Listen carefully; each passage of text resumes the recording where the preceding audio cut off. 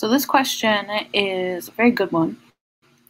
To explain why a hunter-gatherer lifestyle is unable to support efforts and activities of an industrial society, we have to think about how hunter-gatherers live their lives.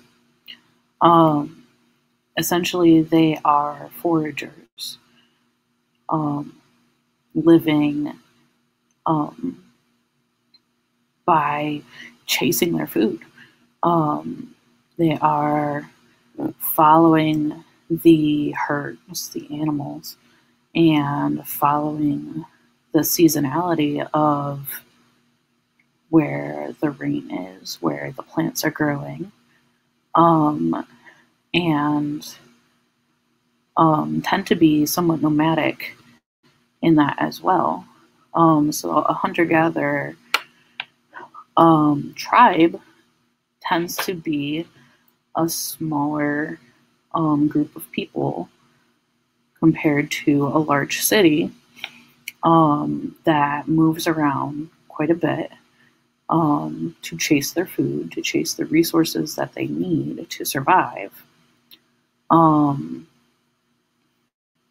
Versus an industrial society stays in one place to start, but is based on machinery. It's based on the combustion engine, the steam engine.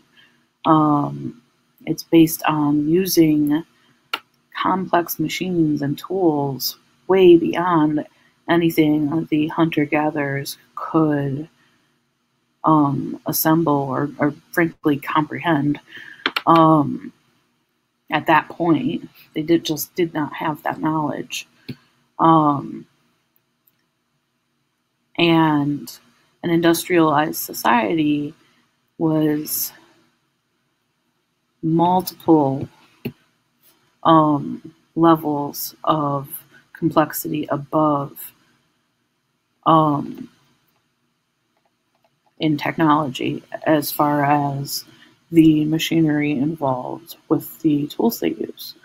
So we're talking about, having engines, having factory tools, having a organization of labor within a factory, having huge groups of people organized to produce mass amounts of food and textiles and things way beyond any small tribe in a hunter-gatherer situation would be able to do. So it says you may wish to frame your answer in the context of Maslow's hierarchy of needs. If we look at the second board here, here's Maslow's hierarchy of needs. So the very base need everyone has are physiological, food, and rest. Okay, so our hunter-gatherers here, they chase their food. Okay, that takes a lot of energy. Okay, you're expending a lot of calories chasing after a deer or a gazelle, depending on where in the world you're located. Or spending all day out picking berries and tending children, depending on what your role in the society is. Rest is going to be dependent also on a lot of times the climate that you live in. Does it get cold at night? What kind of materials do you have? What kind of house do you live in? Do you have a house? Do you live in a tent? What kind of clothing do you have? Are you sleeping in furs? Are you sleeping in well-woven things that were made in a factory? So our hunter-gatherers probably are using furs from the animals they've killed. Probably are sleeping in rough-made tents, maybe caves at some point. There's a lot of variation there, depending, again, on where they're located, on a lot of different cultural standards. So different tribes do different things. If we look at safety, again, if you're out in the wild, there are a lot of different safety needs than if you can build yourself a big sturdy house and stay in one place. If you move around a lot, okay, you have to protect yourself. If we talk about love and belonging, you have cultural factors in a nomadic tribe that are going to be very different from those in an industrial society. So as we go further up the scale here, we're talking two totally different social norms. Something to consider. If we look at the second part of your question here, it's actually a completely different question, but it's not that difficult to answer here. If we want to explain why wildlife can be classified as both renewable and non-renewable resources, this one is pretty simple. Wildlife is renewable in that if it is sustainably harvested, if it is basically left alone by humans, it's gonna consistently renew itself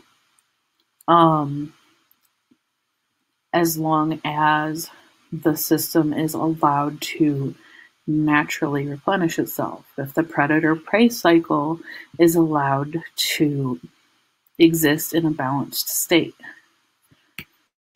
If it's non-renewable, that means it is finite. It will run out.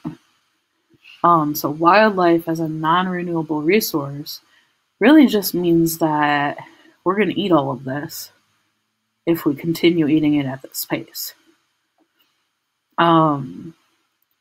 So I would say that wildlife is always going to be a renewable resource if we treat it in a sustainable way. If we hunt wildlife, if we're going to hunt it in a renewable, in a sustainable way.